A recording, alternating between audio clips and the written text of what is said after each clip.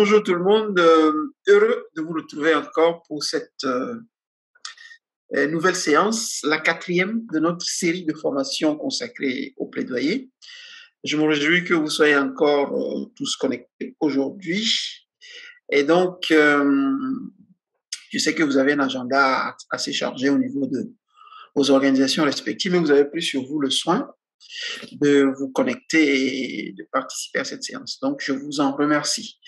Il n'y a pas de changement majeur par rapport à ce que nous rappelions d'habitude au début des webinaires. C'est, voilà, si vous voulez poser des questions, il y a le panneau réaction en bas qui vous permet de lever la main. Vous pouvez à tout moment intervenir puisqu'il s'agit d'une présentation interactive qui, voilà,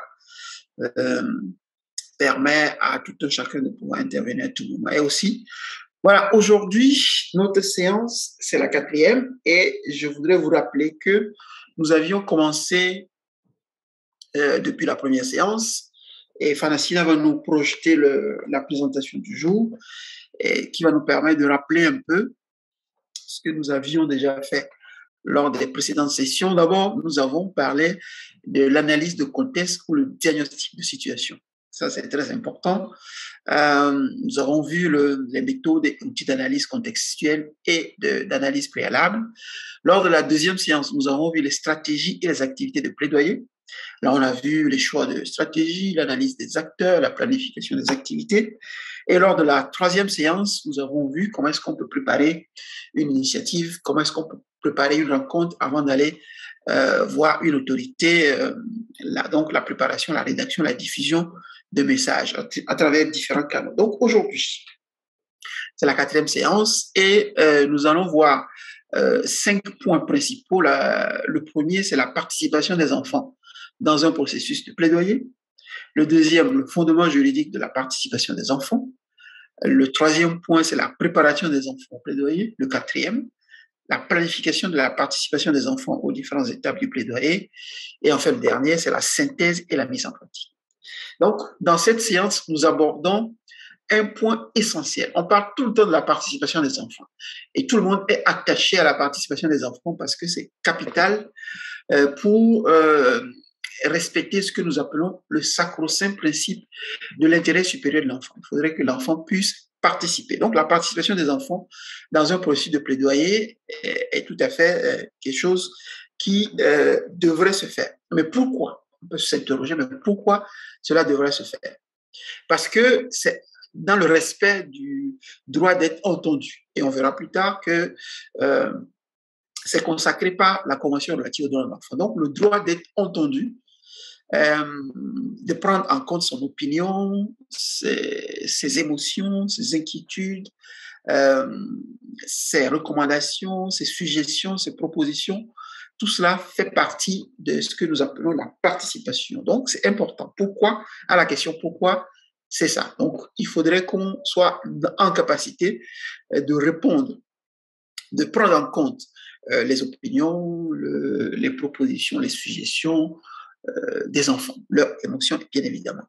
C'est aussi parce que c'est des discussions, ce sont des discussions qui posent sur les questions les concernant. Et à cet effet, il est important de pouvoir faire participer, de pouvoir impliquer les enfants.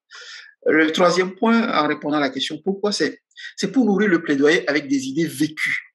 Des idées d'abord, tout court, mais des idées du vécu des enfants, des histoires des enfants, des témoignages des enfants sur la réalité qu'ils vivent, sur les réalités qu'ils vivent. Aussi, ça nous permet, lorsqu'on répond à la question pourquoi, de renforcer leur confiance en eux, de leur permettre d'acquérir des compétences, des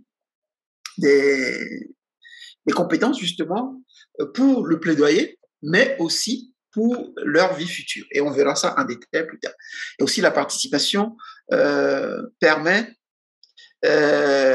de construire ce que nous pouvons appeler la citoyenneté ou la démocratie locale. Donc, locale, bien évidemment, ça s'étend sur le territoire national, donc la démocratie nationale. Quand est-ce que l'enfant devrait participer au processus de plaidoyer? C'est ce qu'on avait déjà vu. Il faudrait que l'enfant puisse participer au diagnostic lorsqu'on analyse le contexte et qu'on va ressortir les éléments qui vont nous permettre de pouvoir identifier le problème, il faudrait que d'ores et déjà, dans cette phase préliminaire, on puisse associer les enfants. Et lorsqu'on a décidé, lorsqu'on a pu trouver, on a identifié le problème, lorsqu'on est en phase de planification, en phase de euh, mise en mouvement des activités, il est nécessaire de pouvoir associer, de faire participer, d'impliquer les enfants dans le cadre de la planification, mais également dans le cadre de la mise en œuvre. Lorsqu'on veut mettre en œuvre les activités planifiées, les enfants ont leur place euh, dans cette phase également. Et évidemment, lorsqu'on parle de suivi-évaluation, évidemment, il faut faire participer les enfants. Donc, à ces 4 niveaux, au niveau de l'analyse de contexte, du diagnostic, au niveau de la planification, du chronogramme, de l'agenda, du plaidoyer, au niveau de la mise en œuvre, au niveau du suivi et de l'évaluation, il est tout à fait nécessaire d'associer les enfants. Ensuite, comment est-ce qu'il faut le faire? Ben, la question comment, elle est un peu compliquée parce que ce que j'ai constaté, c'est que malheureusement, on parle tout le temps de la participation des enfants, mais lorsqu'il faut maintenant mettre ça en œuvre, il y a souvent des défis, on tâtonne, on ne sait pas comment s'y prendre parce que les enfants, il faut les protéger, il faut prendre des précautions, il faut agir avec minutie et comment est-ce qu'il faut le faire. Donc, ici, quelques exemples pour pouvoir le faire. Et là, je crois que nous sommes dans un... Chacun peut apporter son élément pour qu'on puisse étoffer davantage le comment. Le comment, on doit faire participer les enfants dans le cadre du plaidoyer. Comment il faut le faire? En tout cas, à mon avis, il est important de former les enfants aux droits de l'enfant. Si les enfants ne connaissent pas les droits des enfants, il est difficile de les impliquer, de les associer au projet de plaidoyer. Donc, il faudrait que les enfants soient formés. Ensuite, il faudrait qu'on puisse identifier les enfants. Par exemple, dans le cadre, dans les pays où il y a des parlements pour enfants, on peut donc identifier au sein des parlements les enfants qui sont susceptibles de pouvoir porter la voix, les enfants qui sont en mesure de pouvoir représenter les autres enfants, qui sont en mesure de pouvoir articuler un message auprès des autorités pour obtenir les résultats escomptés. Donc, identifier les enfants qu'on souhaite impliquer, donc en fonction du contexte, des problématiques et des ressources de l'organisation, bien évidemment. Ensuite, c'est l'information. Il faudrait que les enfants puissent informer des enjeux. Il faudrait qu'on transmette donc aux enfants des informations sous une forme adaptée, bien évidemment.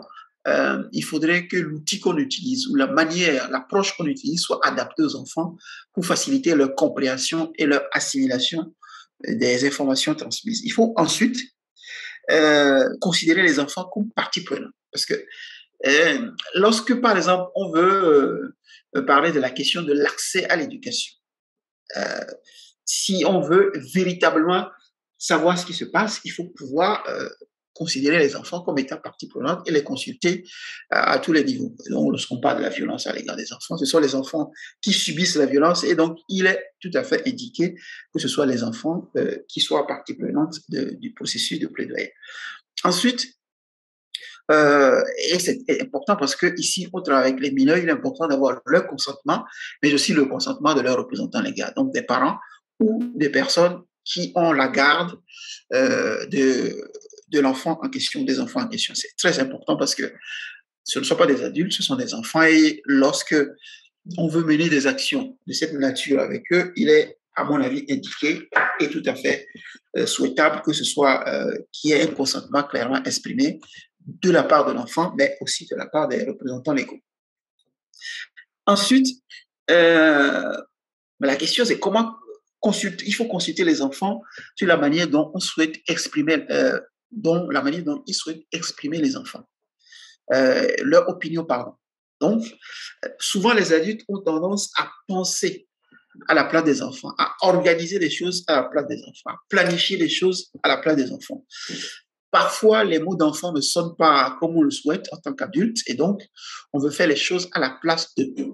Donc, je crois qu'il est indiqué important de pouvoir laisser libre cours à l'expression de l'enfant par rapport aux problèmes identifiés. Et je crois que les adultes ont beaucoup à apprendre des enfants lorsque ils leur donnent la possibilité de s'exprimer, un espace de liberté, de dialogue, un espace où ils sont en capacité de pouvoir dire les choses, de pouvoir exprimer les choses. Aussi, dans la question du comment, il faut créer des espaces de rencontre sûrs, accueillants et bienveillants à l'égard des enfants. Lorsqu'on a un espace d'échange, ça peut aider à exprimer les choses. Par exemple, lorsqu'on prend les child clubs, les clubs des enfants dans les écoles, je crois que c'est un espace qui est approprié pour que les enfants puissent exprimer justement leurs propositions, leur vécu, leurs émotions, leurs souhaits, leurs espoirs, leurs déceptions également. Donc, créer des espaces qui soient bienveillants à l'égard des enfants. Donc, on peut le faire dans les quartiers, on peut le faire à l'école, on peut le faire dans des associations pour que les enfants aient la possibilité d'exprimer ce qu'ils ont envie d'exprimer ou en tout cas sur un sujet qu'on aura mis sur la table. On en a plus loin, toujours dans la question de comment assurer la participation de l'enfant dans dans le processus de plaidoyer. Donc, il faut accorder aux enfants le temps nécessaire pour se concerter entre eux. Voilà. Les enfants ont la possibilité de se concerter entre eux, de définir entre eux des stratégies, de trouver les mots entre eux, les mots qui expriment le mieux leur vécu, leur situation. Il faut aussi sensibiliser les collaborateurs sur l'importance de la participation des enfants, ça c'est très important. Le comment commence en réalité par là, parce que si on n'a pas conscience que on ne doit pas toujours faire la place d'eux, alors on ne doit pas toujours agir pour le compte d'eux, mais aussi il faut laisser le soin aux enfants de pouvoir exprimer leur propre opinion. Là, on prend conscience que leur participation est aussi fondamentale. Ensuite, dans les activités de plaidoyer, il faut se baser sur les besoins exprimés par les enfants. Ça, on le répétera jamais assez. Selon vous, ça c'est ma question pour vous, quelles sont les autres méthodes, moyens, manières ou façons dont on peut faire participer les enfants dans le cadre du plaidoyer? Ça, c'est une question que je vous pose. Est-ce qu'il y a des éléments de réponse par rapport à cette question de comment on peut assurer la participation pleine et entière des enfants dans le cadre d'un processus de plaidoyer? Euh, la participation des enfants est très, très importante dans ce processus-là, comme dans tous les autres processus aussi, quand on fait un travail d'accompagnement des enfants, un travail social en vue de favoriser, de faciliter leur réinsertion. Donc, ce processus de participation est important dans tous les axes. Et à partir de votre question, j'ai un peu tout de suite eu une idée sur une approche sur laquelle nous avons travaillé et qui donne de bons fruits et sur laquelle nous avons continué de travailler pour essayer de la, de l'approfondir, de l'améliorer. Nous avons construit une approche en collaboration, en coopération avec l'Université métropolitaine de Manchester. La méthodologie artistique, elle est très, très importante. Cette méthodologie permet aux enfants de s'exprimer par d'autres voies qui ne sont pas la voie ordinaire, la voie du dialogue, comme maintenant on parle, qu'un enfant se met devant les gens, il commence à parler, ou qu'un enfant se met devant un public et commence à parler, ou il se met devant une personne adulte et commence à parler. Souvent, l'enfant se sent en face d'un pouvoir supérieur à lui, et très souvent, il n'a pas la facilité à s'ouvrir, à parler avec facilité. Alors, cette approche vient un peu aider l'enfant à s'exprimer indirectement à travers la méthodologie artistique. Et là, on a exploité à ce stade, par exemple, les poèmes, la chanson, le théâtre. Et la méthodologie est particulière parce que s'il faut faire un plaidoyer, par exemple, il faut s'adresser à l'autorité dans le secteur de l'éducation. L'autorité représente un pouvoir en face de l'enfant. Et très, très souvent, l'enfant, autant que l'enfant n'a pas de facilité à s'exprimer, autant l'autorité en face ne se sent pas à l'aise de parler devant un enfant. Il se sent supérieur, il se sent fort. L'enfant est faible. Il se dit, mais pourquoi on veut me mettre juste en face de l'enfant? c'est un petit, moi je suis grand, je ne peux pas perdre mon temps à parler avec lui. Et donc, qu'est-ce qui se passe? On a essayé d'explorer la méthodologie, on a préparé, et c'est très très intéressant, on a préparé dans la pratique, s'il s'agit maintenant de choisir un chant, on a choisi un thème et on a créé des petits groupes. Et ces groupes sont composés des enfants et sont composés des adultes. On choisit les adultes en fonction de leurs responsabilités et de leur pouvoir, de leur influence sur la question à traiter. Et la préparation de ce travail se fait ensemble. Les enfants et les adultes se mettent à exploiter le thème, à en discuter, sous l'accompagnement d'un expert dans l'art. Les deux parties se mettent ensemble, ils commencent à discuter, à travailler, ils commencent à composer la chanson sur base du thème qui a été choisi. Et vers la fin, l'expérience a montré que sans le savoir, les uns et les autres, ils se mettent vraiment dans l'ambiance, ils composent la chanson, ils chantent ensemble. Et après la chanson, il y a une discussion qui se fait. Ça, c'est pour ceux qui est du côté de la chanson. Pour mettre en place un petit scénario, un théâtre un peu. On choisit le thème. Les deux commencent à discuter sur le thème. Ils commencent à composer le petit scénario, toujours sous l'accompagnement d'un expert. Et puis après, chaque partie choisit librement un rôle. L'enfant peut choisir d'être le chef de division de l'éducation ou bien d'être le ministre. Le chef de division ou le ministre peut choisir d'être l'enfant, peut choisir d'être le parent, peut choisir d'être l'enseignant, peut choisir d'être le percepteur qui vient chasser les enfants le matin à l'école, ceux qui n'ont pas payé. Au départ, il y a une sorte de glace qui est là, mais au fur et à mesure qu'ils travaillent ensemble, qu'ils discutent, qu'ils choisissent les rôles, qu'ils commencent à préparer ensemble, la glace se brise carrément. Et quand ils commencent à jouer, vous sentez que tout le monde est dans l'ambiance et ils jouent. Après, c'est la discussion. Donc, à un moment donné, l'adulte se retrouve dans le rôle de l'enfant. Plus il joue ce rôle, plus il s'approprie la situation de l'enfant. Et dans les discussions, vous sentez vraiment que la personne a intériorisé la situation de l'enfant et ça fait avancer le processus. Bon, ainsi de suite pour les autres formes d'art. Donc, la méthodologie artistique, elle est très, très importante et cela nous a permis de mettre en place des ateliers pédagogiques d'art où on essaie de préparer l'enfant à cette méthodologie pour la suite du processus. Voilà, c'est une petite expérience que je voulais un peu partager. Voilà. Merci infiniment Thomas pour ce témoignage. Je crois que c'est la quatrième, la cinquième séance est consacrée à la capitalisation.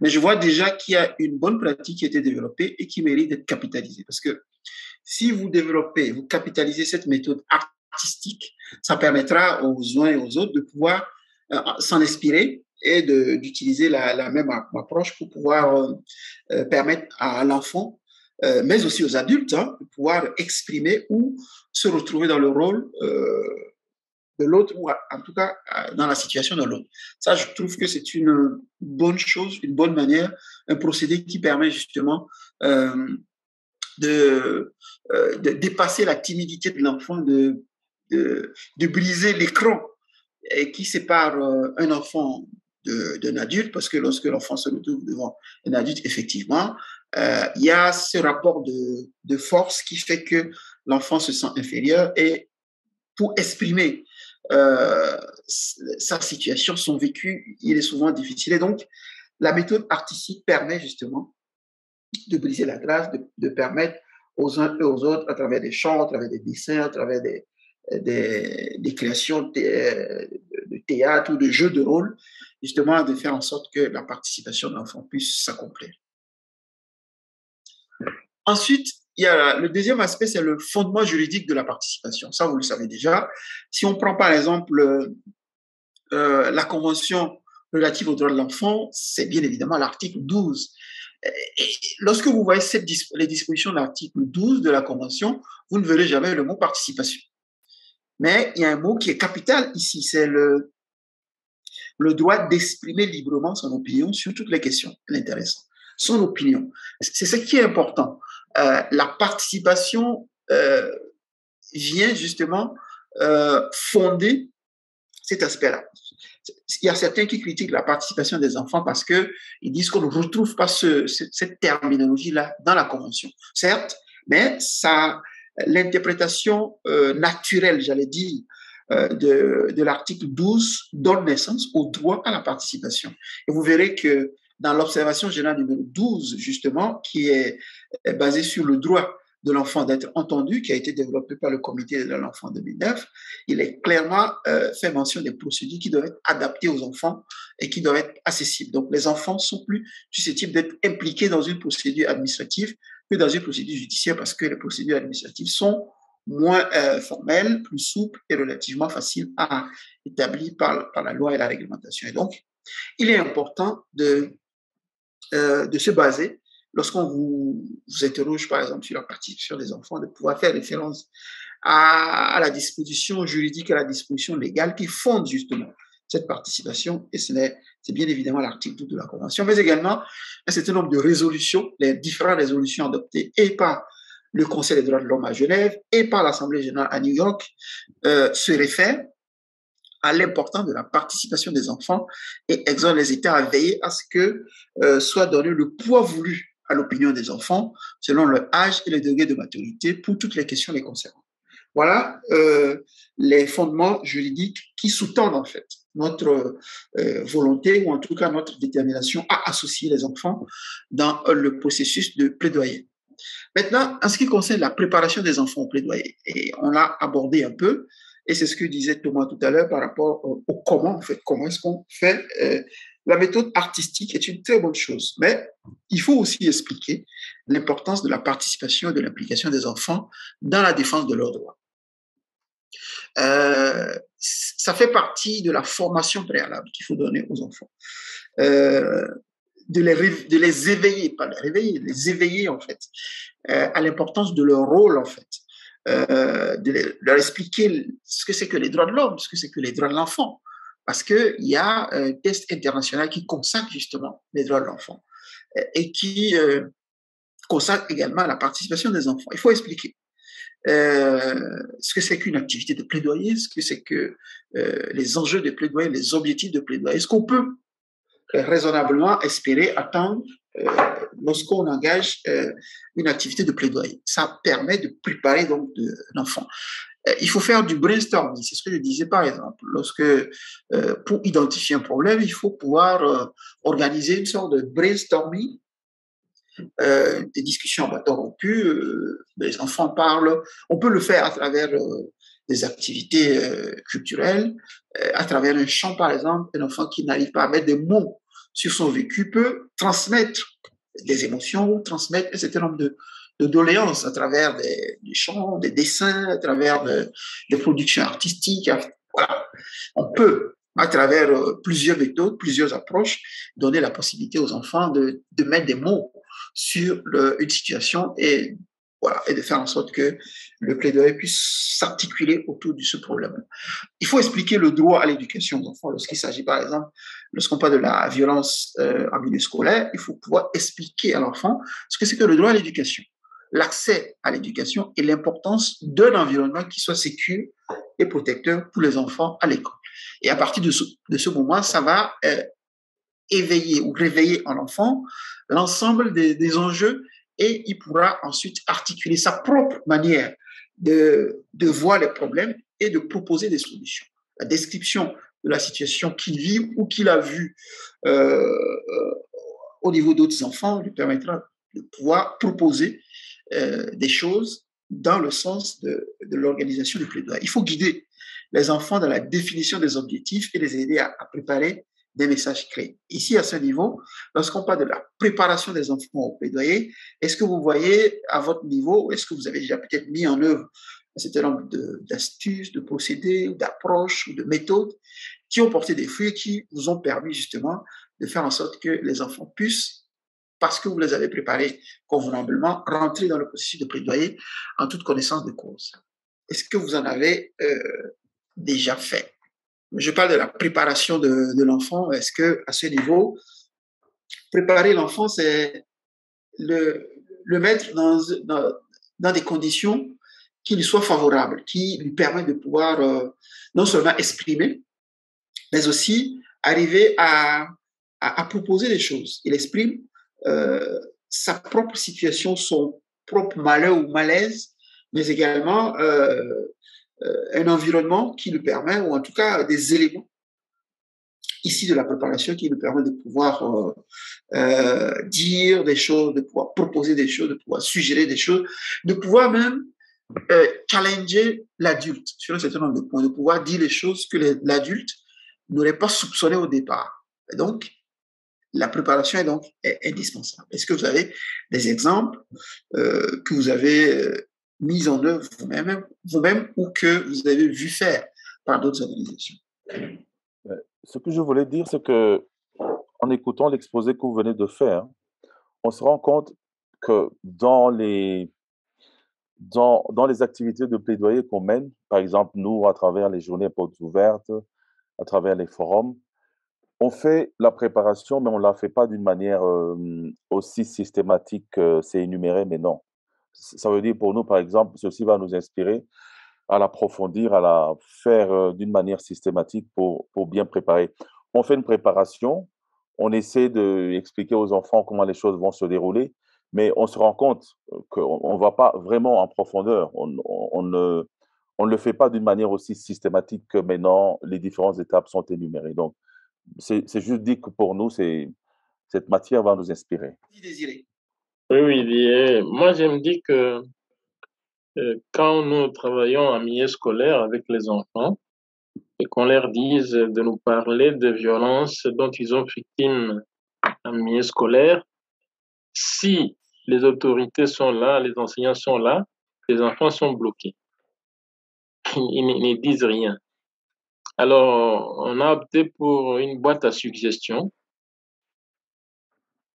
dans laquelle l'enfant peut mettre un bout de papier où il exprime la violence en question.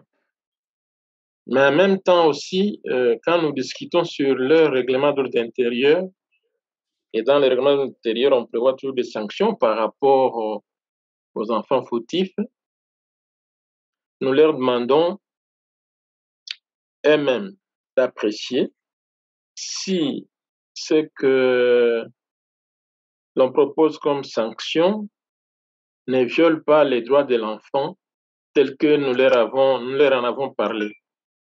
Voilà une façon dans la boîte à suggestions, et c'est nous qui avons la clé pour accéder au papier qu'il y a dedans et voir un peu ce qui se passe.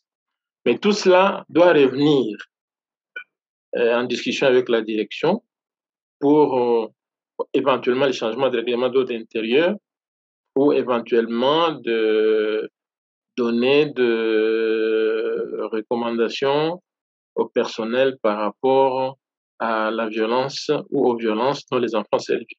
Voilà. Merci beaucoup, Désiré, pour ce partage. Voilà, je crois que ça peut inspirer d'autres organisations. Lorsqu'on parle de la préparation des enfants, il y a, à mon avis, deux tentations qui guettent les adultes. C'est souvent faire à la place des enfants. Parce qu'on estime qu'on connaît bien les enfants, ce qui est certainement vrai. On connaît bien la situation, ce qui est vrai également. Et que, ayant connaissance de l'ensemble des situations, on est à même de pouvoir exprimer ces choses-là en lieu et place des enfants. Parfois, on le fait de bonne foi, mais souvent on se trompe en fait. Parce qu'on se rend compte que lorsqu'on va créer un cadre, un environnement pour que l'enfant s'exprime à travers différentes méthodes, on voit que des choses sortent et on n'avait pas au préalable soupçonné cela ou pensé à cela. C'est pour ça qu'il faudrait qu'on arrive à surmonter cette tentation de faire à la place des enfants. Et la préparation, justement, nous permet de pouvoir relever ce défi-là et de ne pas succomber à la tentation. La deuxième tentation, c'est de croire que, parce que ce sont des enfants, et on dit souvent que la vérité sort de la bouche des enfants, qu'on va pouvoir, lorsque l'enfant se retrouve devant une autorité, il va pouvoir exprimer clairement les choses. C'est une tentation qui nous guide. Mais on se rend compte et on s'est rendu compte que cela ne se fait pas de manière automatique. Et il faut donc un travail préalable, un travail de préparation justement qui permet de pouvoir mettre l'enfant en confiance. Parce qu'un enfant qui est en confiance, c'est un enfant qui est en capacité d'exprimer un certain nombre de choses. Il faut pouvoir préparer l'enfant à affronter le regard de l'adulte. Non pas pour défier l'adulte, ni le regard de l'adulte, mais simplement pour être en confiance et pour pouvoir exprimer justement le message qu'il veut passer. Ça, les deux choses me semblent importantes à retenir et à garder. Ensuite, maintenant, lorsqu'on parle de la planification de la participation des enfants aux différentes étapes du plaidoyer, c'est également très important. Et là, nous vous avons présenté un tableau. Et un peu ce que je disais au départ, c'est que l'enfant doit être impliqué dans le cadre de la planification. On a déjà parlé de la préparation. Maintenant, on est dans la phase de la planification, ensuite de la mise en œuvre, puis du suivi et de l'évaluation finale. Donc, voilà les différentes étapes dans lesquelles l'enfant doit participer, associer. Et donc, il y a les enfants doivent être tenus informés. Les enfants doivent être consultés. Les enfants doivent contribuer. Les enfants doivent être considérés comme des parties prenantes. Les enfants conduisent, dirigent le plaidoyer. Voilà les différentes étapes à travers lesquelles nous voulions sur lesquelles on veut attirer votre attention simplement. Parce que lorsqu'on parle de la planification, qu'est-ce qu'il faut? Il faut que l'enfant soit tenu informé des plans.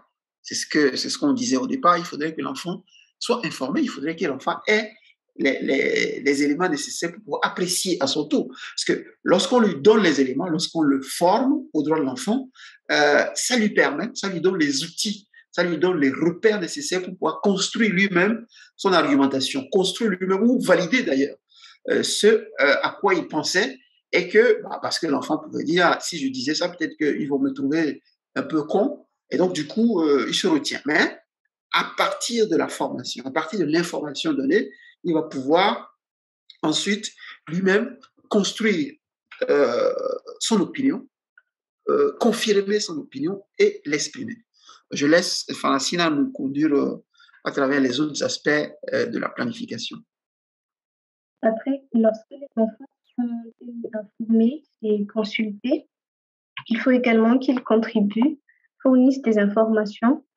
Et là, nous pouvons créer différentes activités pour faire contribuer les enfants à cette phase de planification, comme un entretien, une tête-à-tête entre les enfants ou l'établissement d'un questionnaire, d'un jeu ou des dessins que les enfants puissent exprimer leurs opinions. Et après, comment considérer, dans la phase de planification, comment considérer les enfants comme des partenaires à part entière. Et donc, nous pouvons intégrer leurs opinions dans l'identification des problèmes, dans l'arbre problème et la solution, dans la matrice SWOT.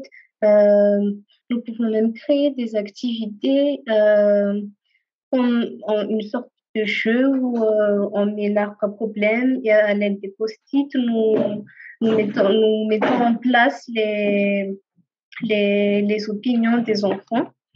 Et dans la phase de planification également, nous devons conduire, les enfants peuvent également conduire le plaidoyer.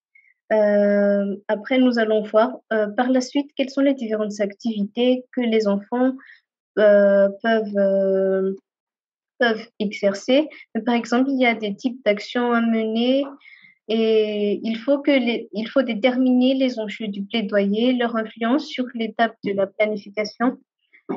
Et ensuite, après la planification, il y a également la mise en œuvre. Et les enfants peuvent également contribuer dans la phase de mise en œuvre. Et c'est d'ailleurs très important que les enfants puissent participer, puissent contribuer à cette phase de mise en œuvre. Et je vais continuer ou... D'accord, oui. Et donc, dans cette phase de mise en œuvre, nous pouvons voir par exemple les enfants doivent être tenus informés du progrès de la mise en œuvre, où on en est sur les activités. Nous pouvons mettre, nous pouvons leur envoyer un compte rendu périodique à chaque fin d'activité. Et les enfants peuvent également être consultés dans cette phase. Par exemple, pour la mise à jour de la planification, des outils de la mise en œuvre, pour le chronogramme, et en fonction de l'évolution des activités. Et les enfants peuvent également contribuer dans cette phase de mise en œuvre par la rédaction des lettres adressées aux dirigeants, la rédaction d'un rapport alternatif avec des mots d'enfant, des mots simples, mais qui expriment bien la situation, l'avancement des activités. Et dans cette phase également, les enfants peuvent être considérés comme des partenaires à part entière. Ils sont considérés comme des partenaires dans ce processus et ils peuvent faire partie des délégations qui rencontrent les autorités. Par exemple, s'il y a un événement où les autorités sont invitées ou lors d'une organisation d'un atelier, par exemple, les enfants peuvent contribuer, peuvent participer. Et les enfants également peuvent diriger les activités de plaidoyer avec l'encadrement et le soutien des adultes, comme l'organisation d'un événement en présence des médias et autorités, comme je l'ai dit tout à l'heure, et dans lequel les enfants peuvent participer comme à des pièces de théâtre, au chant, aux récitations, par exemple, ou par le biais d'un film réalisé par les enfants, d'un art, comme Thomas l'a dit tout à l'heure, ou bien participer à une campagne de sensibilisation, tout en se souvenant que la sensibilisation n'est pas le plaidoyer en soi, mais ça fait partie des activités qui peuvent être réalisées. Ou bien les enfants peuvent également contribuer par le biais des vidéos, des podcasts. Comme nous savons actuellement qu'il y a beaucoup d'influenceurs sur YouTube et il y a également des enfants, des jeunes chanteurs, par exemple, mais qui peuvent réaliser une petite vidéo pour transmettre un message. Et voilà. Et pour la suite, je donne la parole à Yao pour l'évaluation finale. Oui, toujours dans le cadre du suivi, la participation, l'implication des enfants dans le suivi me semble également nécessaire. Donc, ils sont tenus informés des progrès réalisés, mais également des défis rencontrés dans le plaidoyer, donc dans le cadre du suivi. Les enfants doivent être également consultés sur les méthodes de suivi. Et ça, on peut le faire, on l'avait déjà dit, mais on peut le faire aussi à travers des questionnaires, à travers des sondages. On peut faire des sondages à travers les portables, parce que aujourd'hui, les enfants possèdent également des téléphones portables. Donc, utiliser des méthodes qui sont davantage accessibles aux enfants et aux jeunes, aux adolescents. En termes de contribution à la collecte d'informations, les enfants doivent être également là dans la collecte de l'information sur les progrès qui ont été réalisés et sur les challenges qui restent à relever en fait. Ils sont partie prenante, bien évidemment, dans le cadre du suivi et interviennent sous l'autorité, en tout cas interviennent auprès des autorités dans le cadre du suivi avec elles. Les enfants modèlent en grande partie le processus de suivi avec le soutien des adultes maintenant.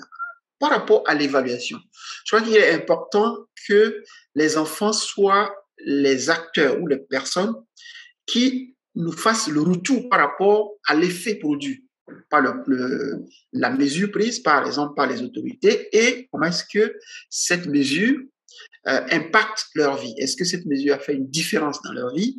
Est-ce que cette méthode a permis de changer leur vie ou est-ce qu'il y a un effet contre-productif? Parce que c'est possible, malheureusement, dans cette situation, qu'une mesure puisse produire non pas l'effet escompté, mais l'effet contraire, ou que la mesure produise un effet au-delà de l'espérance. Donc, Dans le cas de toutes ces activités, il faudrait que l'enfant puisse donner son témoignage, l'enfant puisse être interrogé, que l'enfant partage son vécu, la situation, voilà, le ressenti, ou en tout cas les effets, l'impact produit par une mesure du plaidoyer, ou en tout cas le processus du plaidoyer qui a été conduit jusque-là.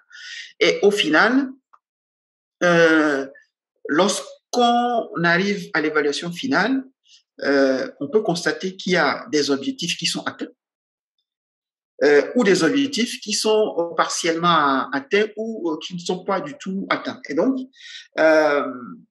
on arrive à un processus où on relance en fait un nouvel épisode de plaidoyer en fait par rapport aux questions qui sont qui ont partiellement obtenu des réponses ou des questions qui n'ont pas du tout obtenu des réponses. Donc, il y a une nouvelle action de plaidoyer qui commence avec les objectifs non atteints. Et ça également, les enfants sont à même de pouvoir indiquer, de pouvoir dire en fait à travers l'effet ressenti ou en tout cas l'effet produit que voilà, telle action mérite d'être poursuivie pour être consolidée ou telle action ou tel objectif n'ayant pas obtenu de résultat mérite d'être poursuivi. Ensuite, au niveau de la mise en pratique de tout ce que nous venons de faire, on peut dire que lorsqu'on parle des enfants, la participation des enfants remet l'enfant dans le rôle de défenseur de ses droits. Et ça, c'est capital, parce que ça veut dire que ce ne sont pas uniquement les adultes, ce ne sont pas seulement les adultes qui font à la place des enfants, mais aussi les enfants eux-mêmes qui portent leurs droits, qui défendent leurs droits. Les enfants sont protagonistes de leurs droits. Et ça, c'est fondamental. Parce que là, on ne fait plus uniquement à la place des enfants ou parce que les adultes bien pensants possèdent la science infuse qui leur permet de parler au nom et pour le compte des enfants. Mais ce sont des enfants qui sont engagés, qui sont impliqués. On forme aussi des enfants leaders. Et ça, c'est très important. On forme des enfants leaders et des enfants qui sont acteurs de leurs droits. Et ici, l'objectif est double, en fait. On a des objectifs qui sont directs et des objectifs qui sont indirects. Par rapport aux objectifs indirects, je commence par là parce que, mine de rien, lorsqu'on permet aux enfants de s'exprimer, lorsqu'on permet aux enfants d'exprimer leur opinion, lorsqu'on éveille l'attention des enfants par rapport à un certain nombre de problématiques et que les enfants, parce que ils ont été formés, s'engagent à défendre leurs propres droits, mine de rien, on forme le citoyen. On construit la citoyenneté. On permet aux enfants de pouvoir s'engager dans la vie de leur communauté, s'engager dans la vie de leur district, de leur quartier, de leur ville, de leur pays. Donc, cette citoyenneté se construit donc à travers la participation des enfants. Et la citoyenneté, un citoyen responsable est à même de pouvoir participer de manière significative dans la construction de la démocratie locale. La démocratie locale requiert une participation. C'est un critère fondamental. Et donc, en assurant la participation des enfants, on leur permet justement d'être des citoyens, de bons citoyens, des citoyens qui soient à même de pouvoir porter les doléances, mais également les bonnes choses qui émergent au sein de la communauté, et d'être prêts à être des citoyens de demain avertis et aguerris. Par rapport aux objectifs directs, c'est que des enfants qui sont titulaires de leurs droits sont certes acteurs, mais ils ne sont plus des spectateurs. Ils sont acteurs de leurs droits. Ils ne sont plus seulement des bénéficiaires, mais aussi des acteurs de leurs droits vis-à-vis des adultes, effectivement. Ce sont des enfants aussi qui mobilisent d'autres enfants. Et ça peut changer tout, en fait. Parce que lorsqu'on donne la possibilité aux enfants de s'engager, lorsqu'on donne la possibilité, les enfants sont mobilisés, ça change. Parce que Thomas disait tout à l'heure que l'adulte, vis-à-vis de qui un enfant exprime à travers le chant, à travers un poème, à travers un sketch, à travers un théâtre, des émotions ou en tout cas son vécu, réveille en l'adulte un certain nombre de choses. Et donc, l'adulte qui se met à la place de l'enfant reçoit ce qu'on peut appeler un choc, mais un choc dans le sens positif qui lui permet de dire « Ah, il faut que je fasse quelque chose, il faut que mon institution change, la situation. Il faut apporter une valeur ajoutée. Il faut changer les choses. Il faut faire évoluer les choses. Et ça, c'est capital. Donc, la mobilisation des enfants par les enfants participe justement de cet effet multiplicateur qui permet de pouvoir diffuser le respect des droits ou la nécessité de faire respecter les droits au sein de la communauté. C'est l'activisme des enfants. Les enfants sont militants, les enfants sont mobilisés, les enfants sont debout pour défendre les droits. Ce sont des actions qui visent à prendre en compte effectivement l'opinion de l'enfant. Et là, on le dira jamais assez, la prise en compte de l'opinion de l'enfant est fondamentale. Maintenant, quelles sont selon vous les activités collectives, évidemment, dans lesquelles on peut impliquer les enfants? Oui, bon, j'interviens le premier parce que c'est une thématique qui nous intéresse et nous sommes dedans. Nous, c'est un milieu scolaire qui est notre champ d'action, quoi. Première thématique, c'est que l'élaboration concertée des règlements scolaires dans les écoles avec la participation des enfants. La deuxième chose, expliquer aux enfants et bien fondé de certaines mesures prises, notamment les frais à faire payer. Souvent, il y a des frais que nous appelons des frais illicites presque. Alors, ils doivent avoir des explications là-dessus. À suivre aussi, c'est l'exigence aux parents d'être inscrits à l'état civil. C'est aussi une activité.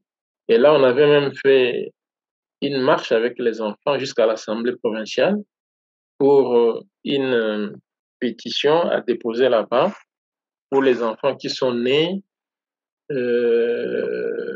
dans cette période trouble et qui avaient déjà dépassé l'âge ou la période d'être inscrits à l'état civil. Il y a aussi la gestion de l'école. Il nous est arrivé et il nous arrive de demander au préfet de rendre compte aux enfants de comment l'école a été gérée durant l'année scolaire. Et là, souvent, c'est un bel exercice parce que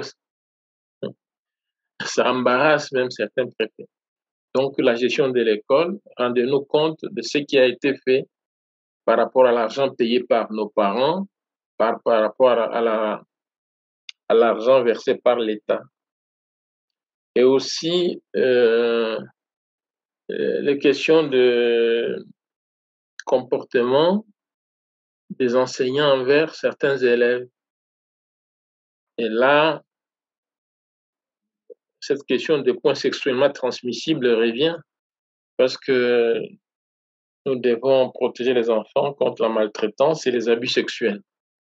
Bon, voilà quelques éléments que je peux citer à ce niveau et qui sont bien concrets par rapport à ce qui est fait par nous dans les écoles où nous intervenons.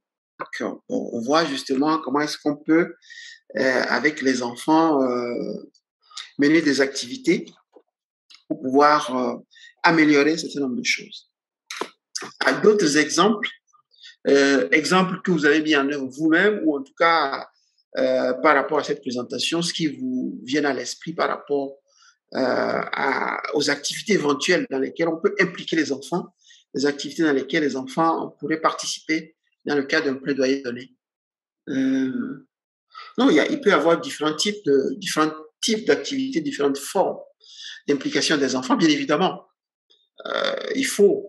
Ces activités se déroulent sous le contrôle des adultes qui doivent protéger les enfants, qui doivent assurer leur sécurité, qui doivent faire en sorte que l'encadrement soit optimal pour que les enfants ne soient pas objets de danger ou ne soient pas engagés dans des actions qui ne soient pas pensées à l'avance en termes de leur protection. Donc, c'est important. Donc, quelles sont les activités qui, à votre niveau, pourraient être menées?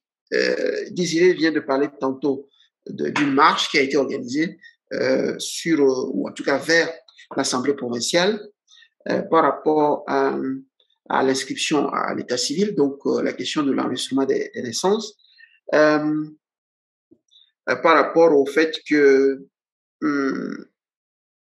les enfants soient associés dans la démarche visant à demander aux autorités de rendre compte de la gestion de l'école, donc de justifier l'affectation des fonds, des ressources, pour rendre compte justement, c'est la question de la redevabilité. Il me semble essentiel que d'ores et déjà, dès la petite enfance, les enfants soient imprégnés de cette nécessité d'être de la transparence en fait, parce que les autorités doivent être transparentes.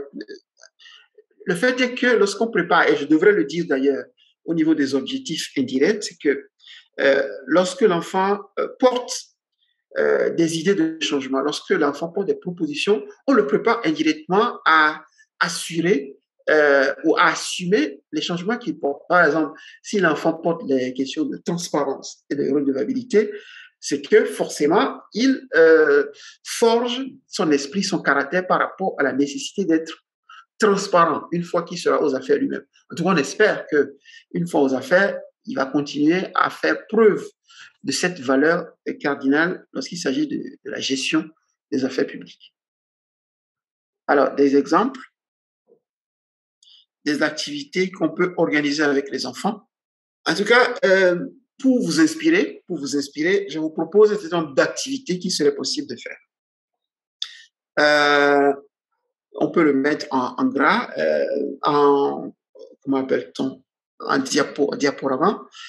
Ce que je vous propose comme action ici, c'est des actions de sensibilisation, d'interpellation, que j'appelle des actions publiques. Par exemple, le fait de faire un sit-in. Un sit-in, c'est quoi? C'est une manifestation publique, pacifique, bien évidemment, qui consiste à aller s'asseoir, par exemple, à la devanture d'une mairie, par exemple, en groupe. Donc, ça peut être des élèves, ça peut être des enfants, ça peut être un club d'enfants qui va faire un sit-in devant la mairie, devant la DIVAS, devant la division justice, pour réclamer quelque chose, pour porter un message. Donc, ça peut être devant le gouvernorat, ça peut être la mairie, ça peut être un centre social ou un centre de santé. Tout dépend du message qu'on porte et l'interlocuteur qu'on vise ou l'autorité publique qu'on vise. Donc, un sit-in est un type d'action qu'on peut mener. La marche, Désiré l'a dit tout à l'heure, donc une marche non-violence d'un point à un autre.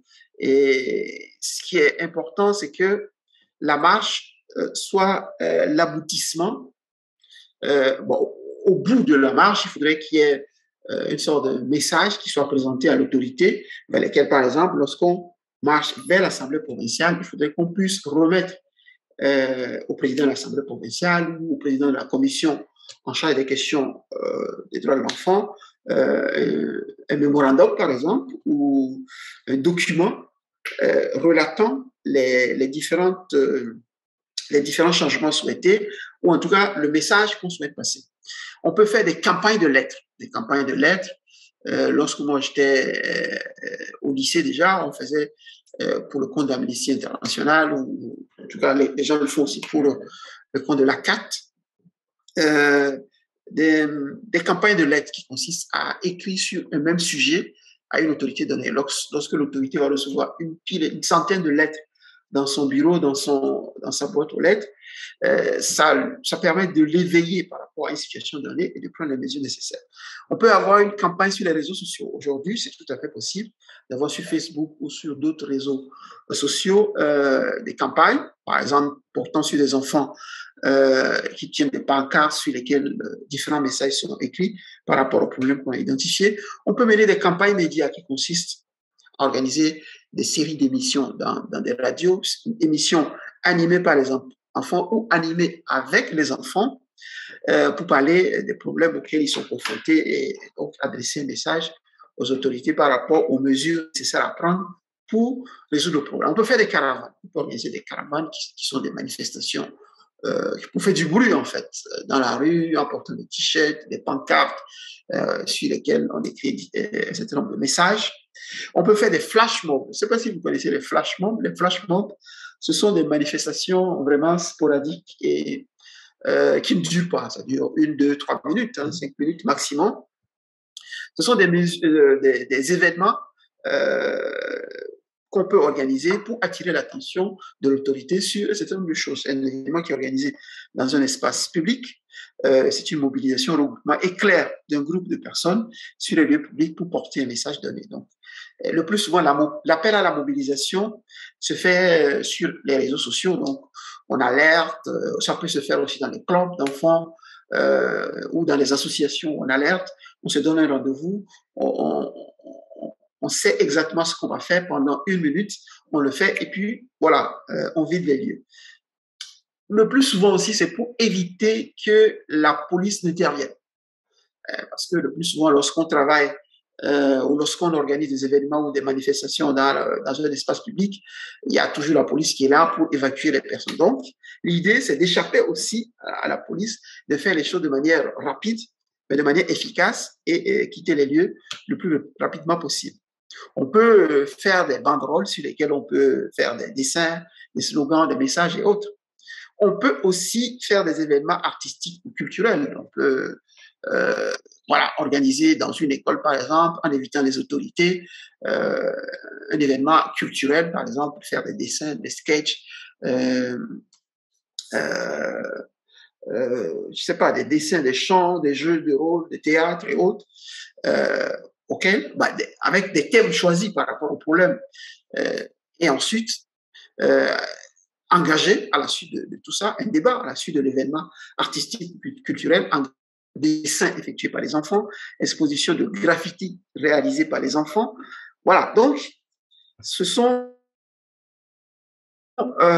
des activités qu'on peut mener avec les enfants ou dans lesquelles les enfants sont impliqués ou organiser d'ailleurs justement de porter le message, de réveiller ou d'éveiller, une fois encore, la conscience des autorités par rapport à un problème donné. Il y a d'autres activités, je les appelais des activités de fond. Par exemple, le fait de former une délégation, ça ne se voit pas ça ne se fait pas dans les films d'audience. Souvenez-vous, on a déjà parlé du papier de position. Le papier de position, c'est ce papier-là qui résume l'ensemble de la description ou l'évaluation que nous avons fait des stratégies de plaidoyer que nous avons mis en place. Et donc, on va lui présenter notre papier de position qui contient également les mesures que nous proposons, les suggestions. Tout à l'heure, procéder à la rédaction des rapports alternatifs par les enfants. Plus souvent, les rapports alternatifs aux différents organes de monitoring, de poursuivre. Donc, je disais que, voilà, des activités de sensibilisation et d'interpellation auxquelles s'ajoutent des activités que j'appelle des activités de fond. Donc, le fait de former une délégation et aller voir une autorité avec un document écrit donc, qui rassemble la description de la situation, nos suggestions, nos recommandations, mais également le fait d'impliquer les enfants dans la rédaction de rapports alternatifs. Ce sont des rapports qui sont souvent simples avec des mots d'enfants, mais qui expriment en fait l'opinion des enfants. Et donc, c'est là où on voit effectivement que les enfants peuvent porter une voix qui ne soit pas celle des adultes, mais une voix qui leur appartient, qui leur permet justement de pouvoir interpeller, de pouvoir mettre à la disposition des experts des Nations Unies, des experts en matière de droits de l'homme ou des droits de l'enfant, un certain nombre de faits, un certain nombre de témoignages, un certain nombre d'histoires vécues et à partir duquel on peut formuler des recommandations à l'endroit de l'autorité étatique. Donc, l'enfant peut participer à des pré-sessions ou à des sessions de l'organe. Par exemple, le comité des droits de l'enfant organise des pré-sessions qui créent un espace ou un cadre dans lequel les enfants peuvent s'exprimer et dans lequel s'instaure un dialogue entre les enfants et les experts du comité des droits de l'enfant. Par rapport aux activités que j'ai tout à l'heure mentionnées par rapport au sitting, aux marches, aux campagnes de lettres, campagnes sur les réseaux sociaux, campagnes médias, on peut combiner. Il ne s'agit pas d'organiser une seule, on peut combiner un certain nombre d'activités. Par exemple, le sitting peut être combiné à la marche, c'est-à-dire on fait une marche et à la fin de la marche, on fait un sitting. Tout à fait possible. Donc, on peut combiner un certain nombre d'activités. À mon avis, et c'est ce que je mets dans le suivi des activités, il ne faut pas s'arrêter aux sensibilisations à l'interpellation. Je considère que marcher, c'est une très bonne chose, mais marcher fait partie de la sensibilisation. C'est un outil, un élément nécessaire qui permet en fait de porter un message. Mais il faut faire le suivi de cette activité-là par la remise d'un cahier de doléances, de ce que j'appelle le papier de position, à une autorité donnée, de fixer un calendrier de rencontre avec l'autorité en question, ou de faire le suivi des promesses que les autorités auraient faites en fait. Donc, il faut combiner un certain nombre d'actions qui permettent justement d'organiser des activités, certes, mais aussi de poursuivre justement les promesses qu'on aurait pu obtenir des autorités. Toutes les actions que vous énumérez là, la plupart des fois, on y recourt dans le cadre même de questions de défense des droits de l'homme. Bon, mais il se constate souvent que nous avons devant nous des autorités presque insensibles à la cause. Il y a eu un moment où les enfants ont marché dans cette ville pour revendiquer, je pense, le cours et arrêter la grève, ou c'était pour la réduction des frais de participation aux examens d'État. Mais la police n'a pas hésité de jeter des grenades dans la commune de Kadout contre ces enfants-là. Vous voyez? Et pourtant, c'était une marche juste pour une revendication donnée. Et quand vous faites une manifestation culturelle devant une autorité, vous vous exposez à travers les dessins, les graffitis, etc. Il faut que l'autorité ait cette sensibilité-là de comprendre votre message et surtout d'apporter des changements par rapport à ce que vous revendiquez. Mais parfois, on s'arrête à un spectacle comme si on assistait à un film, après le film, et c'est fini. Donc, les résultats attendus, on n'y arrive pas. Voilà l'impasse par rapport à ces actions-là. On peut mobiliser les médias, on anime une émission avec les enfants où ils revendiquent un certain nombre de choses. On essaie par un jeu de questions-réponses qui se posent entre eux de montrer que ça et ça et ça ne va pas. Mais c'est toujours le statu quo, rien ne change, etc. Il y a des autorités qui ont vendu leur âme au diable. Alors finalement, on s'est dit, toutes ces actions bien énumérées, bien présentées, bien structurées, produiront quoi finalement? Voilà un peu l'obstacle. Ouais. Mais Désiré, je te trouve très pessimiste. Je crois que ce n'est pas dans ta nature. Mais c'est vrai que parfois, face aux circonstances auxquelles on est confronté, on est tenté d'avoir ce sentiment de pessimisme. Ce que je ne vous reproche pas d'ailleurs, mais je crois que lorsqu'on est dans une démarche de plaidoyer, je crois que je peux le dire, hein, malheureusement, on ne s'entend pas au résultat après une semaine. On travaille sur le long terme. D'ailleurs, je crois que le plaidoyer n'est jamais terminé. Il y a une sorte de plaidoyer qui s'inscrit dans la durée, en fait. Mais par rapport aux résultats qu'on essaie, on a bien ficelé les choses, on a fait le diagnostic, on a mis en place une stratégie, des méthodes, on a impliqué les enfants. Et c'est pour ça d'ailleurs que lorsqu'on implique les enfants, c'est pas pour le plaisir d'impliquer les enfants. C'est aussi pour dire aux autorités, aux adultes que les décisions que vous prenez, ce n'est pas pour nous les adultes, mais vous les prenez pour le futur. Vous les prenez pour les générations futures. Et je crois qu'il n'y a pas plus préoccupant que pour une autorité que de voir les générations futures avoir une vie meilleure que celle vécue par les adultes aujourd'hui. C'est pour ça d'ailleurs que l'implication des enfants fait sens. Et donc, interpeller les autorités à travers le témoignage des enfants, le vécu des enfants, a vocation à permettre à ce que les autorités soient davantage portées vers l'action, vers des actions visant le changement. C'est ce qu'on espère en tout cas. Et c'est pour ça qu'il faut tout faire pour le faire. Si au niveau local, ça ne porte pas des fruits, il faut que l'action puisse être portée au niveau national.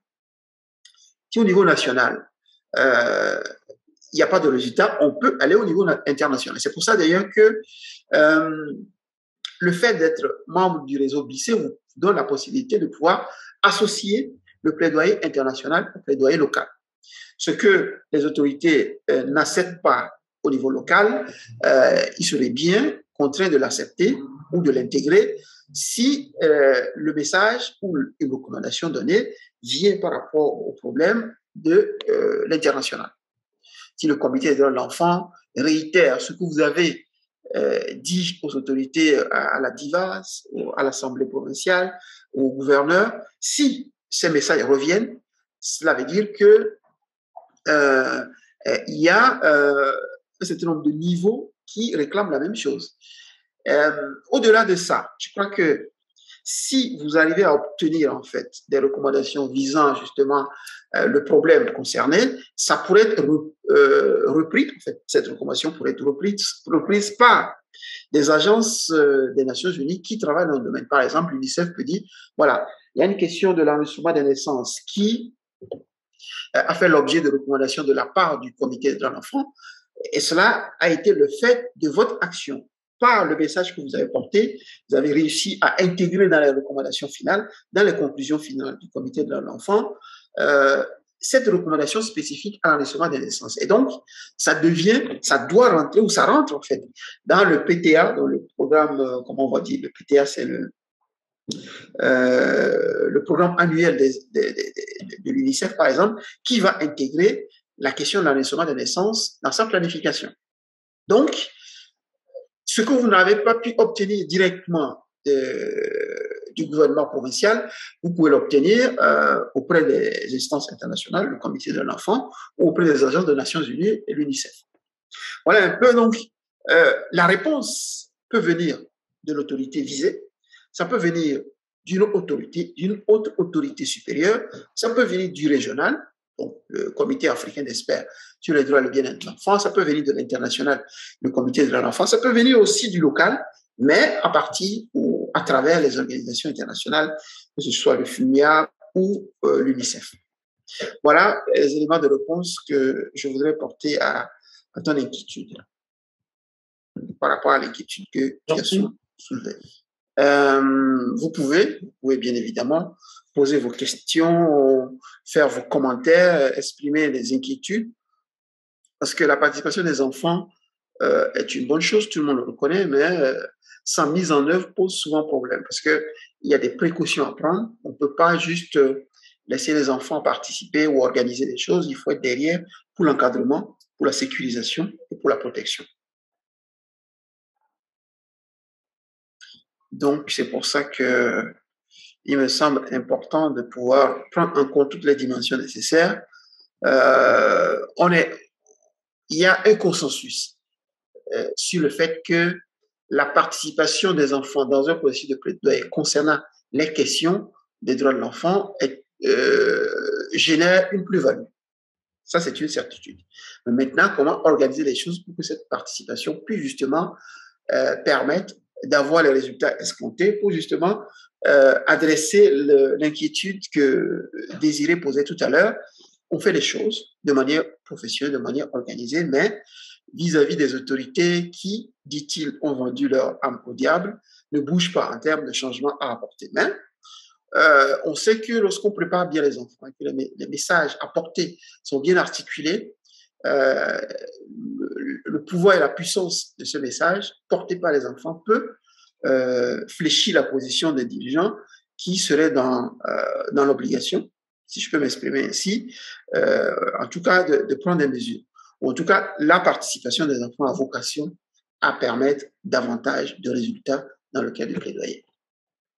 Oui, mais je trouve aussi qu'il y a un préalable pour ce qui est de l'éducation des bases.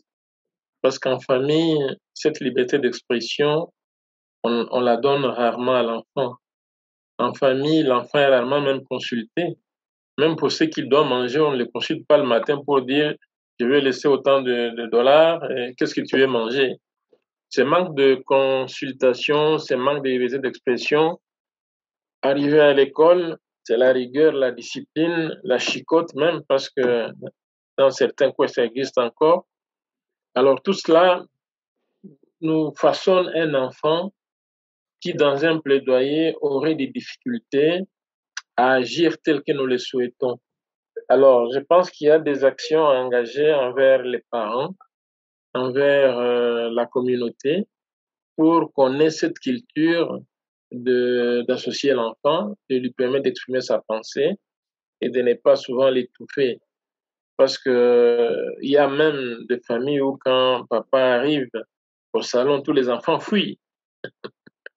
Ils disparaissent dans les chambres. Et c'est que quand on est appelé, qu'on apparaît pour recevoir seulement des ordres et exécuter, et c'est tout. Donner son point de vue, là, vraiment, c'est rare.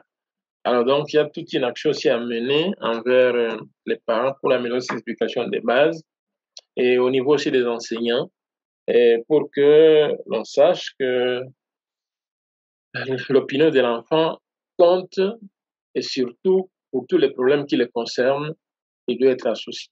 Voilà un peu ce que je voulais ajouter. Je crois que vous avez touché du doigt un problème essentiel. Hein, et je crois que le problème n'est pas seulement en Afrique, ça se trouve un peu partout, y compris en Occident. La participation des enfants, tout le monde le dit, tout le monde l'affirme, tout le monde dit que ça va dans l'intérêt supérieur de l'enfant, mais sans mise en œuvre pose problème. Mais ça, le problème se pose avec beaucoup plus d'acuité en Afrique, en fait. Donc, vous placez la participation des enfants dans un contexte plus global, non pas seulement uniquement dans le cadre de la participation au processus de plaidoyer, mais la participation de l'enfant tout court sur les questions le concernant au sein de la famille et à l'école. Non, c'est vrai. Je crois que en tant qu'organisation de la société civile, il vous appartient justement de porter cette éducation des adultes, éducation du personnel enseignant, éducation des parents, éducation des forces vives de la nation, éducation des policiers par rapport à la nécessité d'intégrer la participation des enfants, de créer ces espaces d'expression favorable à la participation des enfants. Donc, je crois que la création, par exemple, des child clubs, des clubs des enfants, la participation des enfants dans les comités locaux de protection junior, par exemple, la participation des enfants dans des clubs qui font des sketchs, des théâtres et autres, ce sont des outils qui permettent justement de préparer l'enfant. Et parlant de préparation, justement, je crois que c'est fondamental. Moi, j'ai une conviction, la préparation pour le plaidoyer, j'entends. J'ai une conviction. Je crois que chaque enfant, quelle que soit sa situation, quel que soit son niveau d'études, peut exprimer des choses, peut articuler des choses par rapport à sa situation. Il est même en capacité de s'exprimer, de parler pour les autres. Quel que soit son niveau d'études et autres, il peut exprimer des choses dans sa langue. Donc, ce qui est important, c'est de créer l'espace, c'est de favoriser l'éclosion, la libération de la parole. Parce que si on ne donne pas la possibilité à l'enfant de pouvoir exprimer les choses, il va garder ça pour lui. Ou si on ne forme pas l'enfant, on ne l'éveille pas à un certain nombre de choses, il ne pourra pas s'exprimer. Il va croire que les choses sont faites ainsi et qu'il est là et il doit subir. Non. Arrivé à un certain niveau, il est important de dire ça ne devrait pas se passer comme ça. La violence à l'école, ce n'est pas normal. Et donc, l'enfant qui subit la violence à l'école doit avoir un espace, un environnement qui lui permet de pouvoir exprimer justement son malaise, de pouvoir exprimer ses inquiétudes, ses préoccupations, de partager son témoignage et d'avoir un environnement qui lui permet de pouvoir le faire. Et donc, c'est à vous, lorsque vous voulez associer les enfants à un processus de plaidoyer, de créer justement ce cadre préparatoire, cette phase préliminaire, ou en tout cas, c'est d'établir les conditions idoines qui leur permettent justement de pouvoir exprimer ce qu'ils veulent. Et on a vu que ça peut se faire par une expression orale, ça peut se faire par une expression artistique, ça peut se faire par une expression culturelle, ça peut se faire par différentes formes d'expression.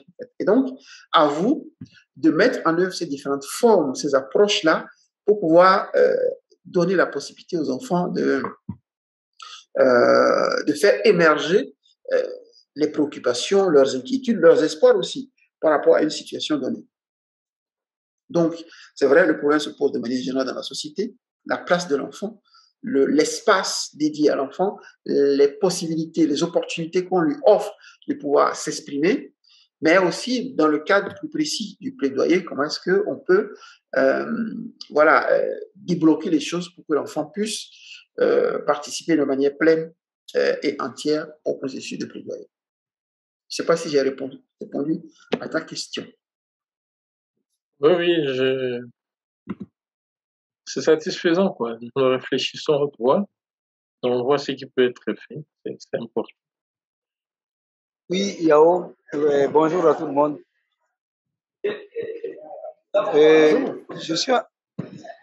Je suis en train d'écouter un peu le débat et merci pour ça, lié à la participation des enfants. Et effectivement, la question que Désiré a soulevée, c'est vraiment une question aussi pertinente par rapport à la culture, à l'éducation de base. Et je crois, Yao, vous avez donné aussi pas mal d'explications sur ce que nous faisons déjà sur le terrain, notamment la participation au niveau des clubs d'enfants, qui est vraiment un cadre où les enfants sont en train de s'exprimer. Et l'approche de résilience aussi que nous avons, qui permet aux enfants de s'exprimer à travers les dessins. Parce que ça, on a compris que parfois, les enfants qui n'ont pas un cadre, comment il faut parler, il faut toujours chercher comment ils doivent le faire. Par exemple, dans les écoles, on avait un problème de dénonciation. Donc, les enfants savaient des situations, mais ils ne savaient pas comment les dire tout haut. Et à travers le sketch, ils devraient dénoncer certaines situations. Donc, les enfants vont jouer exactement les scènes comme ils les ont vécues. Donc, mais si on les disait de parler, il y avait moins qui étaient en train de parler par peur de représailles.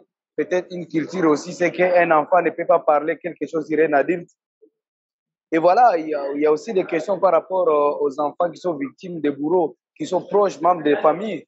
Et ça, on a remarqué qu'il faut toujours voir un langage qui trouve vraiment un cadre. Donc, le langage est aussi des cadres qui les permettent vraiment de s'exprimer.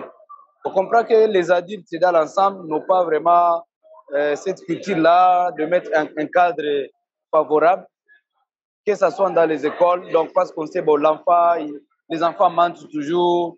S'il faut parler, les enfants mentent toujours. Les enfants ne savent rien. Tout ça. Il y a cette perception, ce stéréotype par rapport à la question des enfants. Mais quand on change de regard, par exemple, pour nous qui sommes acteurs, parfois nous avons noté que même dans les structures, dans les centres dans lesquels nous travaillons, parfois nos prestataires même ont de différents types de regards par rapport aux enfants. Parce que c'est une question culturelle. Alors, il y a la communication que nous sommes en train de faire et les espaces qui sont offerts aux enfants. Vraiment, ce sont des cadres qui permettent aux enfants de participer dans les processus. Donc, il s'agit seulement de travailler sur l'environnement qui les permet de se sentir à l'aise, d'être impliqués. Voilà un peu ce que je voulais ajouter. Voilà, merci. Merci Béné pour le partage édifiant. D'autres interventions, d'autres commentaires, d'autres observations? Voilà, je crois que il n'y a pas d'autres interventions pour le moment, mais je crois que je voudrais réitérer une fois encore l'importance de la participation des enfants de manière générale dans l'ensemble de vos activités et de manière plus spécifique dans celles concernant le plaidoyer. Et donc, à ce titre, il est important de prendre des précautions en termes d'encadrement, en termes de mesures de sécurité, en termes de protection des enfants qui sont engagés dans le cadre du plaidoyer. Il faut au préalable préparer les enfants et il y a plusieurs types de préparation. Il faut créer le cadre nécessaire pour que les enfants puissent s'exprimer. Et l'expression peut être faite de différentes manières, que ce soit de manière culturelle, artistique, verbale ou autre. Parce qu'on peut avoir aussi des enfants avec handicap qui ne peuvent pas exprimer les choses de manière verbale. Donc, on peut toujours avoir des mimiques ou d'autres manières pour exprimer les choses. Donc, il faudrait offrir ce cadre, créer ce cadre-là pour que les enfants puissent exprimer un certain nombre de choses, leur opinion. Et ensuite, il faudrait que la participation puisse se décliner à travers les différentes étapes, que ce soit au niveau de la préparation, je l'ai déjà dit, au niveau du diagnostic, au niveau de la mise en œuvre, au niveau du suivi-évaluation, voilà, du suivi et évidemment de l'évaluation. Et donc, voilà, tous ces éléments réunis vous permettent justement de systématiser davantage vos actions de plaidoyer. On a vu dans quel type d'activité on peut impliquer les enfants il est nécessaire de penser à combiner les activités, de ne pas s'arrêter à une activité donnée, mais de faire en sorte que une activité de sensibilisation donne lieu à une activité de plaidoyer en termes d'activité de fond, par exemple, et qui permet justement de faire le suivi d'une activité déjà menée. Parce que si vous arrêtez à une activité de manière épisodique, vous n'aurez pas le résultat escompté. C'est peut-être aussi le fait que les actions ne sont pas menées de manière consistante dans la durée qu'on n'obtient pas de résultats. Si on fait aujourd'hui quelque chose de manière spectaculaire, demain, et qu'on ne fait rien, l'autorité va se réjouir parce que c'est ce que les autorités aiment. Ils disent que c'est juste un feu de paille qui va s'éteindre. Donc, il faudrait avoir une sorte de logique de pérennité dans vos actions. Et on l'a déjà dit dans la stratégie, la planification. Si, par exemple, vous pouvez identifier des dates spécifiques qui peuvent constituer l'apothéose de vos activités, par exemple le 16 juin, qui arrive là, peut vous permettre de donner plus d'emphase à une activité que vous meniez depuis. Mais voilà, au 16 juin, qui est la journée de l'enfant africain, vous avez la possibilité de mettre davantage parce que l'ensemble des médias sont focalisés sur des activités à organiser dans le cadre du 16 juin et une activité dans le cadre, par exemple, de la violence en milieu scolaire peut davantage résonner au niveau des médias et voilà, et qui pourra retenir l'attention des médias. Il y a le 20 juin qui est la journée de l'enfant qui vous permet aussi de pouvoir organiser des activités d'apothéose pour pouvoir marquer le coup et faire en sorte que voilà. Et lorsque on parle de participation des enfants, il ne faudrait pas que vous fassiez les choses de telle sorte que les autorités soient écartées, mais il faudrait associer les autorités plus. Je le disais aussi dans le cas d'une marche, par exemple, lorsque vous effectuez une marche et que vous arriviez au perron de l'Assemblée provinciale, il faudrait qu'à ce moment-là, vous puissiez être accueillis par le président de l'Assemblée provinciale, à qui vous remettez votre papier de position, ou en tout cas un document regroupant vos doléances et vos recommandations, ou que vous rencontriez par exemple la personne qui est en charge de la commission des droits de l'enfant ou en charge de l'enfant, de la femme, au sein de l'Assemblée provinciale. La même chose, lorsque vous allez à la mairie, il faudrait le bourgmestre puisse vous accueillir et ensuite faire en sorte que vos doléances soient attendues et que vous obteniez de la part de cette autorité des promesses, un calendrier de rencontres et que vous suiviez ensuite les calendriers. Je répète encore que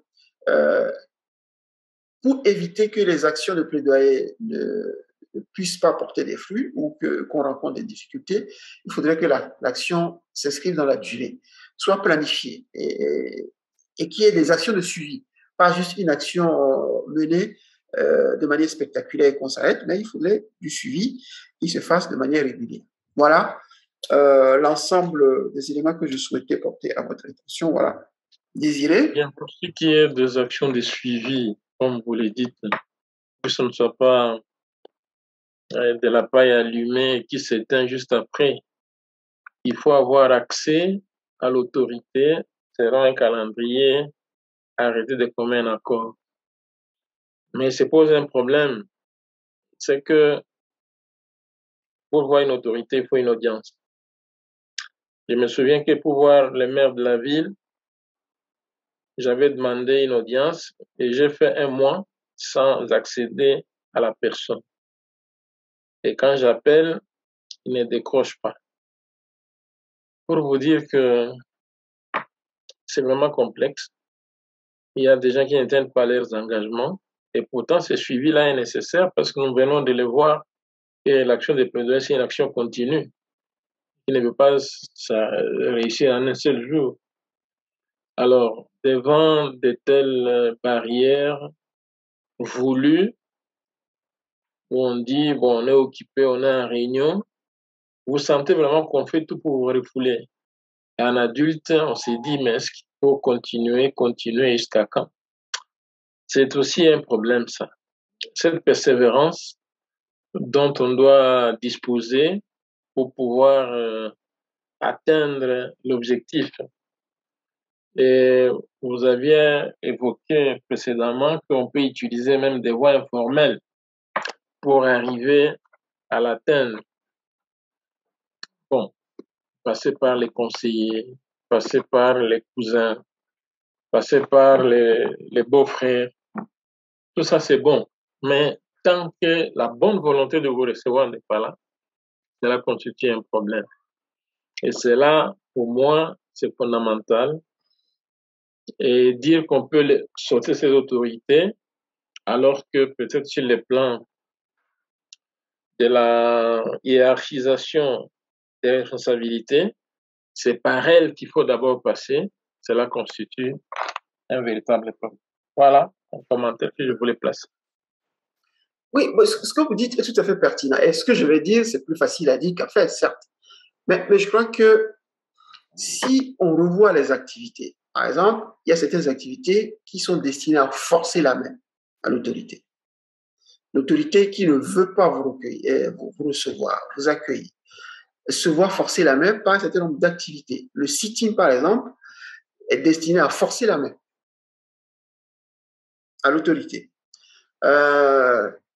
Lorsque vous faites une caravane, par exemple, vous faites des banderoles sur les réseaux sociaux, des campagnes sur les réseaux, ces activités sont destinées à forcer la main quelque part aux autorités,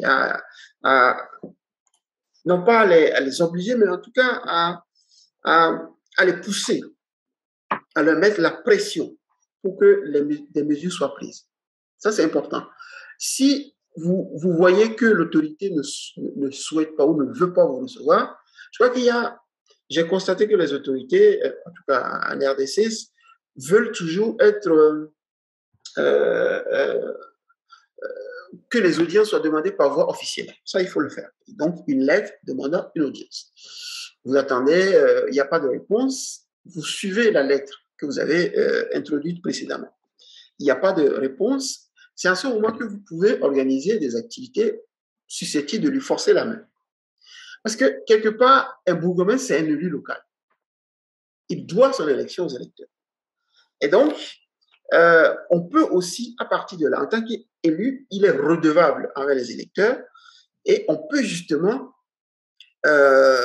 lui mettre la pression à partir de ce fait-là, que le fait que il doit sa présence à ce poste au suffrage des électeurs. Vous voyez? Donc, c'est une manière de lui forcer la main. Et en plus, on peut faire du sitting au niveau de la mairie pour faire en sorte que vos doléances soient... Et le plus souvent, lorsqu'on fait un sitting ou c'est un genre de manifestation interpellant une autorité, il vous reçoit le lendemain ou vous reçoit sur le champ. Et ensuite, ça se débloque. Ou en tout cas, si ça ne se débloque pas, il y a d'autres actions qui devraient suivre pour que l'autorité finisse par prendre les mesures que vous souhaitez. Voilà un certain nombre d'éléments que je souhaitais ajouter. Je ne sais pas si ça fait sens à votre niveau, mais en tout cas, je crois que le mot-clé ici, c'est la persévérance. On ne peut pas s'arrêter à une activité donnée, à une action donnée. Il faut toujours faire en sorte que l'action s'inscrive dans le temps. Ça peut être une seule activité, mais qui se répète dans le temps pour justement atteindre l'objectif escompté. Voilà, donc puisqu'il n'y en a pas, c'est un plaisir d'avoir partagé ce moment avec vous. Je crois que nous avons ensemble effectué ces 4 séances. La prochaine séance aura lieu le 2 juin et ça va porter justement sur le suivi, sur la capitalisation, l'évaluation, le suivi et le plan d'action du plaidoyer. Nous aurons l'honneur d'avoir le professeur Bruno van der Maat, qui fait partie du conseil d'administration du lycée. C'est un Belge, mais qui est basé à Lima, au Pérou, qui enseigne à l'université de Lima et qui nous entretiendra justement dans le cadre de cette 5e séance. Il me reste qu'à vous remercier. Merci à Diego, merci à Vanessina et merci à vous tous qui avez participé à cette 4e séance. Voilà, merci. Ciao.